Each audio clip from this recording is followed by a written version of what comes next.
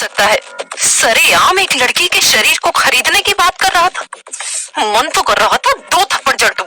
रिया ने एक कोने में खुद से बड़बड़ाते हुए कहा। रिया अभी भी गुस्से में थी और पार्टी में इस तरह बेइज्जत करने के लिए उस आकाश और डीके पर गुस्सा हो रही थी। रिया का अब पार्टी में बिल्कुल भी मन नहीं लग रहा था। उसने पार्टी से जाने का मन बना लिया, लेकिन पार्टी छोड़ने से पहले रिया आकाश को बताना चाहती थी कि वो उसका लोन इंस्टॉलमेंट में लौटा देगी। उसने आकाश को ढूंढने के लिए पार्टी में नजर दौड़ाई। पार्टी अपने शबाब पर थी। लोग डीजे की धुन में नाच रहे थे। कुछ लोग बार में ड्रिंक्स लेने के लिए जमा थे। वहीं कुछ लोग बिजनेस की बड़ी बड़ी बातें कर रहे थे, लेकिन रिया को आकाश कहीं नजर नहीं आया। वहीं होटल के लॉन के दूसरे कोने से आकाश रिया पर नजर बनाए हुए था। आकाश हाथ में वाइन ग्लास पकड़े रिया को घूर रहा था। आकाश के पीछे खड़े डीके के दिमाग में अभी भी रिया कपूर की ऊंची आवाज गूंज रही थी। एक पल के लिए डीके डर गया था कि कहीं रिया कोई बड़ा तमाशा खड़ा ना कर दे। डीके अपने बॉस के कहे ऑर्डर को टाल नहीं सकता था, इसलिए उसने अंजाम की परवाह किए बिना रिया कपूर से उसके सौदे की बात कर ली, लेकिन उसे मुंह की खानी पड़ी। डीके ने आकाश की तरफ देखते हुए कहा, सर, लड़की का गुस्सा देखकर इतना तो समझ आ गया कि ये बिकाऊ नहीं है। आकाश ने डीके की तरफ देखे बिना कहा, डीके, जिनकी कीमत ऊंची होती है वो मामूली सौदों से नहीं टूटते। डीके ने तुरंत आकाश से कहा, सर, मुझे तो लगता है कि ये लड़की कुछ भी नहीं छिपा रही, और अगर छिपा रही है तो ये बहुत बड़ी शातिर है। आकाश ने डीके से कहा, डीके, दूध का जला इंसान छाछ भी फूक फूक कर पीता है। हम रिस्क नहीं ले सकते, हमें पता करना ही होगा। डीके ने आकाश से असमंजस में कहा, लेकिन सर, हम करेंगे क्या? आकाश ने डीके से कहा, आज पार्टी खत्म होने से पहले रिया कपूर के सामने से पर्दा हट जाएगा। हमें पता लग ही जाएगा कि सच क्या है। इतने में रिया की नजर फाइनली आकाश पर पड़ी और वो आकाश की तरफ बढ़ने ही वाली थी कि किसी ने आकर उसका रास्ता रोक लिया। वो कोई और नहीं, आकाश के अंकल प्रेम थे। प्रेम अंकल की उम्र 50 साल की थी। प्रेम को देखकर रिया रुक गई और उसे लगा कि शायद उसने प्रेम को कहीं देखा है। प्रेम ने रिया को ऊपर से नीचे एक बार देखा और कहा, रिया कपूर, बहुत सुना है तुम्हारे बारे में। सुना है तुमने ग्लैम कॉस्मेटिक से एक दिन भी ऑफ नहीं लिया और कंपनी में 2 ही साल में 2 प्रमोशन भी ले लिए। इनफैक्ट अभी अभी तीसरा।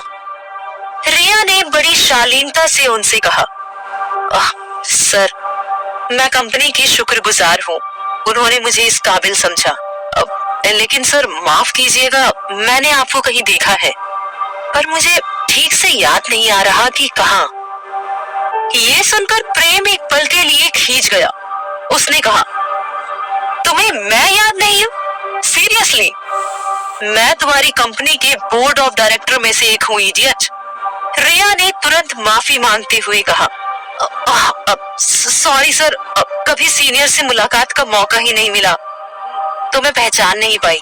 प्रेम ने अपने हाथ में पकड़ी स्कॉच की ग्लास पूरी गटक ली और कहा, तुम शायद पहली बार आ रही होगी ना अमीरों की पार्टी में।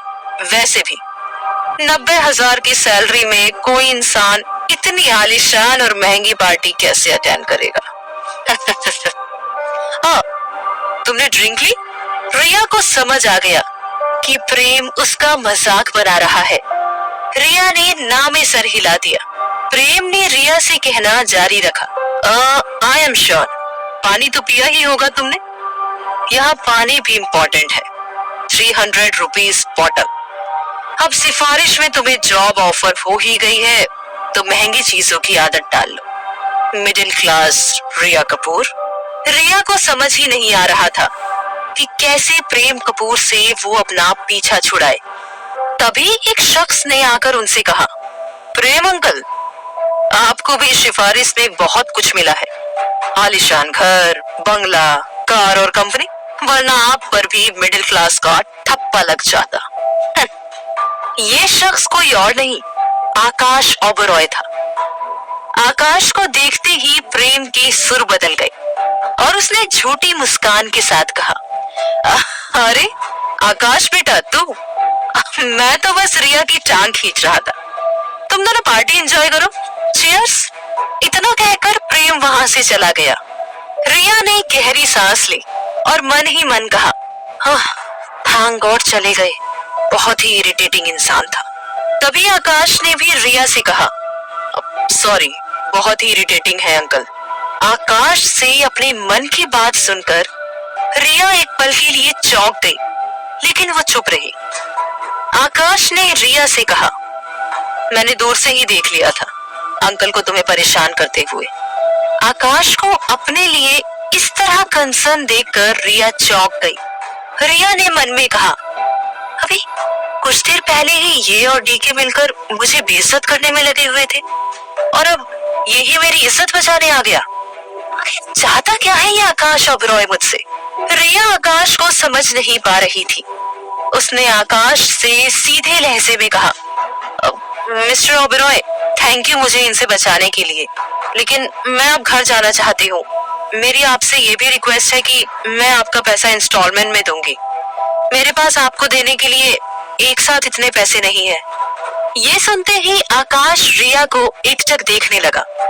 फिर उसने रिया से कहा, ठीक है डील मंजूर, तुम मुझे इंस्टॉलमेंट में पैसे दे देना, लेकिन उसके लिए तुम्हें मेरे साथ पार्टी में रुकना पड़ेगा। आई प्रॉमिस बहुत देर तक नहीं रोकूंगा मैं तुम्हें। रिया के पास पार्टी में रुकने के अलावा और कोई रास्ता नहीं था। रिया और आकाश लॉन के एक कोने में बैठे हुए थे। तभी आकाश ने जोर से अनाउंस करते हुए कहा, गाइस गाइस गाइस, ये मेरी नई असिस्टेंट रिया कपूर है और बहुत ही टैलेंटेड है। मीट मिस रिया कपूर। आकाश के इस अचानक से हुए अनाउंसमेंट से रिया भी एक पल के लिए चौंक गई। सबने रिया के लिए तालियां बजाई। रिया के चेहरे पर एक हल्की सी लालिमा आ गई। उसने सबको मुस्कुराते हुए थैंक यू कहा।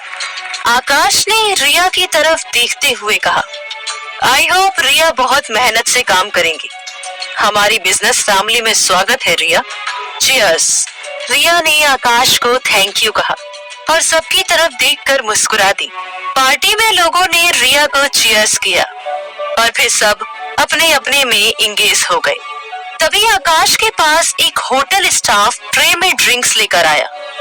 आकाश ने ट्रे में से एक ग्लास उठाकर रिया की तरफ बढ़ाया, लेकिन रिया ने ड्रिंक लेने से मना कर दिया। आकाश ने रिया से कहा, मुझे पता है कि तुम ड्रिंक नहीं करती, लेकिन ये अल्कोहल नहीं, सॉफ्ट ड्रिंक है, ले लो। रिया असमंजस में थी। उसे समझ ही नहीं आ रहा था कि आकाश पर फिर से भरोसा करना चाहिए था या नहीं। तभी आकाश ने सेम ड्रिंक पीते हुए कहा, देखो मैं भी ड्रिंक नहीं करता, सॉफ्ट ड्रिंक है ये, पी लो। आकाश ने ट्रे से दूसरी ड्रिंक उठाई और रिया की तरफ फिर से बढ़ा दी। रिया ने आकाश के हाथ से ड्रिंक ले ली और ड्रिंक पी ली। रिया को सॉफ्ट ड्रिंक का टेस्ट अजीब लगा। आकाश रिया को देखकर मुस्कुरा दिया। उसने रिया से कहा, तो बताओ रिया कुछ अपने बारे में। मेरी असिस्टेंट बन गई हो, लेकिन मुझे तुम्हारे बारे में कुछ भी मालूम नहीं है।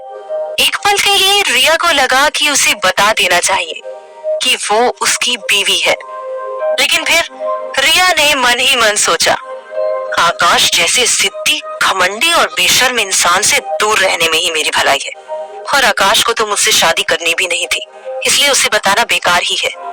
रिया ने आकाश को अपनी पहचान बताए बिना बातों में व्यस्त रखा। थोड़ी देर बाद रिया ने देखा कि उसका सर घूम रहा है। उसे समझ में आ गया कि आकाश ने उसे शराब पिला दी थी। रिया का दिमाग और जुबान दोनों साथ साथ नहीं चल रहे थे। रिया ने आकाश से कहा, मिस्टर ओबरॉय, तुम चीटर हो, तुमने धोखे से मुझे शराब पिलाई इतना कहकर रिया खिलखिलाने लगी। आकाश ने डीके को इशारा किया। डीके रिया को आकाश के पीछे पीछे एक कमरे में लेकर गया। कमरे में जाने के बाद डीके ने रिया को बेड पर बिठाया और खुद कमरे को बंद करके वहां से बाहर निकल गया। कमरे में अब सिर्फ आकाश और रिया थे। रिया का सर घूम रहा था और उसे कुछ भी साफ साफ नजर नहीं आ रहा था। उसने धुंधली नजर से देखा कि आकाश व्हीलचेयर में उसके करीब आ रहा है। जैसे ही आकाश रिया के करीब आया, रिया ने आकाश का कॉलर पकड़ लिया और उसने हंसते हुए आकाश से कहा,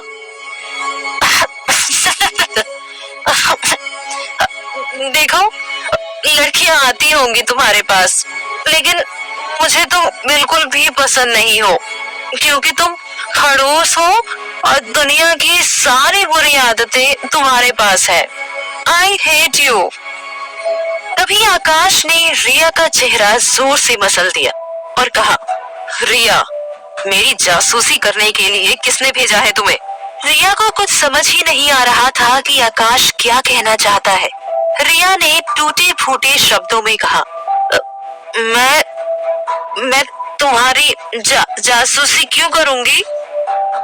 आकाश ने गुस्से से रिया से कहा, झूठ मत बोलो। रिया, मुझे बताओ, किसने कहा तुम्हें मुझसे शादी करने के लिए? शराब के नशे में रिया को दर्द महसूस नहीं हुआ और उसने हंसते हुए कहा,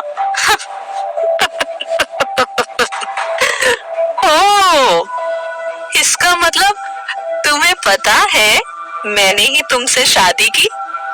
तो फिर तुम नासमझ क्यों बन रहे थे? आकाश ने गुस्से से रिया से कहा, रिया, सवाल मैं तुमसे कर रहा हूँ, किसने कहा था तुम्हें मुझसे शादी करने के लिए? रिया ने उससे कहा, अगर मेरी मर्जी पूछी जाती तो मैं तुमसे क्या किसी से अभी शादी नहीं करती।